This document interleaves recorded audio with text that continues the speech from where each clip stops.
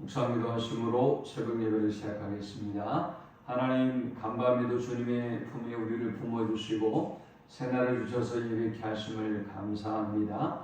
오늘 이 하루도 주님의 날개 그늘 아래 거하는 하루가 되게 하시고 주의 세밀한 은혜의 손길을 누리는 하루가 되도록 인도하여 주옵소서. 오늘 이 아침에도 우리가 가지고 온 모든 인생의 짐과 문제들을 주께서 담당해 주시고 세상이 알지 못하는 크고 은밀한 방법들로 역사하시고 일하여 주옵소서. 예수님의 이름으로 기도합니다. 아멘. 찬송 96장 드리겠습니다. 예수님은 누구신가? 우는 자의 위로와 없는 자의 풍성이며 선한 자의 높음과 잡힌 자의 노임되고 우리 기쁨 되시네. 예수님은 누구신가?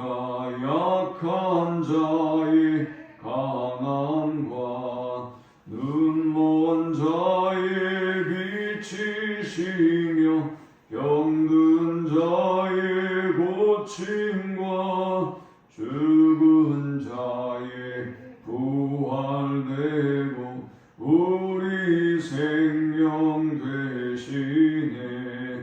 예수님은 누구신가? 주한 자의 정함과 죽을 자의 생명이며 죄인들의 중보와 멸망자의 구원되고 우리 평화 되시네. 예수님은 누구신가?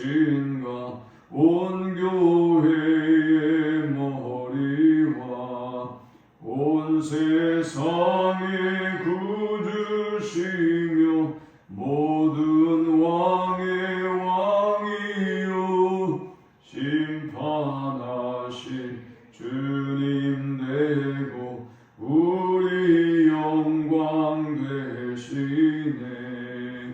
아멘. 오늘 이 시간에 주시는 살아계신 하나님의 말씀은 신약성경 누가복음 7장 11절에서 17절까지의 말씀입니다. 그 후에 예수께서 나인이라는 성으로 가실새 제자와 많은 무리가 동행하더니 성문에 가까이 이르실 때에 사람들이 한 죽은 자를 밀고 나오니 이는 한 어머니의 독자요 그의 어머니는 과부라. 그 성에 많은 사람도 그와 함께 나오거늘 주께서 과부를 보시고 불쌍히 여기사 울지 말라 하시고 가까이 가서 그 관에 손을 대시니 맨자들이 서는지라. 예수께서 이르시되 청년아 내가 네게 말하노니 일어나라 하시니 죽었던 자가 일어나 앉고 말도 하거늘 예수께서 그를 어머니에게 주시니 모든 사람이 두려워하며 하나님께 영광을 돌려 이르되 큰 선지자가 우리 가운데 일어나셨도다 하고 또 하나님께서 자기 백성을 돌보셨다 하더라. 예수께 대한 이 소문이 온 유대와 사방에 두루 퍼지니라. 아멘. 사실 삶과 죽음이라고 하는 것은 우리와 멀리 있지 않습니다. 우리는 매우 가까이 우리의 곁에서 삶과 죽음을 보고 있습니다. 그런데 문제는 우리가 이 죽음이라고 하는 문제를 나와 무관한 것으로 생각하고 있다는 것이죠. 멀리 있는 것이고, 그리고 나는 내가 몇 세까지 사는 것은 당연한 일이고 또 내가 건강하게 사는 것은 당연한 일이다 라고 생각합니다. 그런데 불현듯 우리 주변에서 이 죽음과 직면하게 될 때가 있죠. 우리의 어떤 가까운 친구나 혹은 가족들의 죽음이나 우리 곁에서 늘 같이 있어줄 것이라고 생각했던 사람들이 하나둘 우리 곁을 떠나가고 있을 때 그때 이제 우리는 죽음과 직면하게 됩니다. 두려움이 생기죠. 왜 두려움이 생기는 것일까요? 죽음은 너무나 자연스러운 일인데 우리에게 죽음에 대한 두려움이 있다는 것은 우리가 이 죽음을 극복할 수 없다는 것을 의미하죠. 내가 내 마음대로 할 수 있다고 한다면 우리가 불안하고 두려워할 필요가 전혀 없을 것입니다. 요즘 저는 코로나를 보면서 이런 생각을 해요. 이 코로나야말로 인간이 누구인가, 인간이 어떤 존재인가를 깨닫게 하고 또 창조주가 어떤 분인가를 깨닫게 하는 굉장히 중요한 사건이다 라고 생각합니다. 또 인간에게 죽음이란 무엇인가, 또 인간은 과연 이 죽음을 극복할 수 있는가에 대해서도 아주 근본적인 질문을 지금 우리에게 주고 있는 것이죠. 그래서 저는 초기부터 늘 이야기해 왔지만 이 코로나가 단기적으로 본다면 교회에 혹은 종교에 악영향을 줄 것 같지만 그러나 전혀 그렇지 않습니다. 인간은 이 코로나 앞에 겸손할 수밖에 없고 이 삶과 죽음 앞에 겸비해질 수밖에 없는 존재가 바로 인간입니다. 백신으로 인하여 사망했다고 생각되는 사람이 어마어마하단 말이죠. 코로나로 인하여 사망하는 사람은 날마다 엄청나게 늘어나고 있어요. 우리에게 언제 어떤 일이 벌어질지 전혀 알지 못하는 그런 오늘을 살아가고 있습니다. 하루는 예수님께서 그의 제자들과 더불어 나인성을 향하여 가셨습니다. 그런데 나인성에서는 또 다른 행렬이 나오고 있었습니다. 바로 과부의 아들의 장례를 치르는 행렬이었습니다.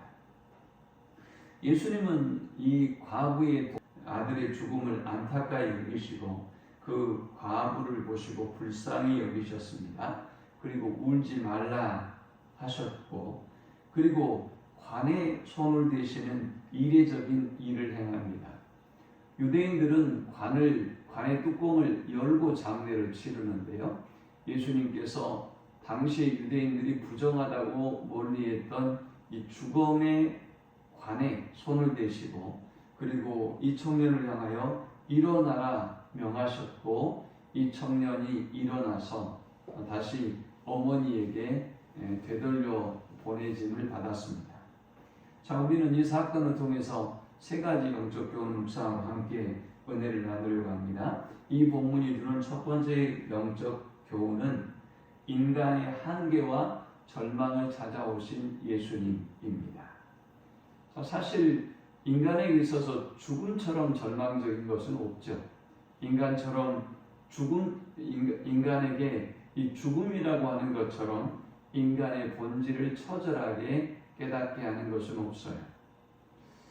이 죽음이라고 하는 것은 그 누구가 위로해 준다고 해도 위로가 될 수가 없어요. 누가 무슨 위로를 해줄 수 있겠어요? 나의 사랑하는 사람, 나의 가까운 사람이 죽었는데, 더구나 이 과부에게는 하나뿐인 아들이 죽었는데 무슨 위로가 될 수 있겠어요? 그녀에게 위로가 될 수 있다고 한다면 이 아이를 다시 살려줘서 되돌려 보내주는 것이겠죠. 그러나 여러분, 우리의 주변에서 이 죽음의 권세를 이길 수 있는 사람은 단 한 사람도 없어요. 우리가 이 땅에서 절망하고 고통하는 이유는 우리의 힘으로 극복할 수 없는 문제가 이 죽음과 같은 문제뿐만이 아니라 더 많은 문제들이 있다는 것이죠. 우리의 뜻대로 되어지지 않아요. 우리가 원하는 방법대로, 우리가 원하는 데 전혀 이루어지지 않습니다. 그래서 우리는 이 땅에 살아가면서 이 불가항력적인 일 앞에 절망하고 탄식할 수밖에 없습니다. 또 누구로부터 위로받을 수도 없어요. 왜? 우리들 주변의 모든 사람이 다 한계를 가지고 있고 그들 나름대로의 고통과 아픔을 가지고 있기 때문에 그 누구도 사람은 우리에게 위로가 되지 않습니다. 그런데 주님은 그녀를 찾아오셔서 불쌍히 여기시고 울지 말아라 라고 말씀해 주셨어요. 자, 그 다음 우리가 두 번째 이 본문을 통해서 얻을 수 있는 영적 교훈은 죽음의 권세도 다스리시는 예수님입니다. 그런데 예수께서 이 죽음의 행렬, 죽음은 그러니까 가장 끝 아니겠습니까? 가장 깊은 절망을 의미하는 것이죠. 모든 소망을 잃어버린 이 과부에게 찾아오시고 그녀에게 울지 말라고 말씀하시고, 그리고 이 관에서 실려 나가고 있는 이 청년을 향해서는 장래 행렬을 멈추시고 일어나라 명하셨습니다. 그랬더니 죽었던 자가 일어나 앉고 말도 하고 그리고 그 어머니에게 되돌려짐을 받았어요. 저는 여기서 우리의 구원론을 먼저 생각해 봤어요. 인간이라고 하는 존재가 구원을 얻기까지는 주님의 찾아오심이 있어요. 자, 이 과부가 어떤 믿음의 고백을 한 것이 아닙니다, 지금. 그리고 죽은 과부의 아들이 어떤 믿음의 고백을 한 것도 아니에요. 이들이 살아나고 그리고 구원을 얻을 수 있었던 데는 주님의 찾아오심이 있었어요. 인간은 영적인 죽음의 상태에 있는 존재가 인간이죠. 저와 여러분은 예수님을 만나기 전에 그냥 영적으로 죽은 상태예요. 영적으로 죽은 상태에 있기 때문에 우리는 죄를 깨달을 수가 없는 존재고요. 그리고 죄를 알지 못하기 때문에 회개할 수도 없는 존재예요. 그런데 우리가 구원을 얻게 된 이유가 무엇입니까? 주님의 일방적인 찾아오심으로 인하여 우리가 구원을 얻은 것입니다. 죄를 알지도 못하고 깨닫지도 못하고 회개하지도 못하는 우리에게 주님의 일방적인 찾아오심과 주님의 일방적인 주님 편에서의 구원이 오늘 우리를 하나님의 자녀 삼아주신 것입니다. 오늘 절망과 탄식 가운데 있는 이 과부에게도 이 과부의 가정 가운데 구원이 임한 것도 주님의 찾아오심으로 시작되었습니다. 주님은 그녀의 고통과 아픔을 아시고 그녀의 눈물을 아시고 얼마나 짠하셨든지 울지 말아라 라고 말씀하시고 그리고 그녀의 유일한 소망인 이 아이를 다시 살려서 그녀에게 보내줍니다. 이 사건은 예수님의 공생에 있어서 굉장히 중요한 사건이에요. 먼저 인간이 어떤 존재인가를 우리에게 알게 했을 뿐만이 아니라 예수님이 어떤 분인가를 우리가 처음 아주 또 깊이 깨닫게 되는 굉장히 중요한 사건이죠. 이전의 사건들은 그냥 어떤 기적이 지나지 않았다고 한다면 이제 이 나인성 과부의 아들이 살아난 사건은 예수님이 삶과 죽음을 주관하시고 사망의 권세까지도 다스리시는 분이라는 사실을 우리에게 깨닫게 해주기 때문입니다. 예수님이 관에 손을 대셨다. 이것은 율법을 뛰어넘어서 인간을 구원하겠다는 말씀이죠. 사람들은 율법을 지키는 것이 또 의롭다고 인정받고 의롭다고 칭하여짐을 받는 것이 그들의 원함이었다고 한다면 예수님은 그들이 그렇게 지키려고 했던 율법을 뛰어넘어서 생명을 구원하는 일을 위해서 행하신 분이 바로 예수님입니다. 오늘 저와 여러분을 찾아오신 그 예수님의 은혜와 사랑을 알고 저와 여러분을 구원해 주신 그 예수님의 은혜와 사랑을 누리는 그런 복된 삶을 사는 우리 모두가 되기를 축원합니다. 오직 저와 여러분이 죽음을 극복할 수 있는 방법, 얼마나 오늘도 많은 사람들이 이 나인성 과부의 행렬처럼 실려 나갈까요? 교회가 코로나의 시대가 되면서 예배를 드리지 않아야 된다라고 외쳤던 사람들이 있었고 가장 먼저 예배를 중단하기도 했습니다. 이건 참으로 부끄러운 일이죠.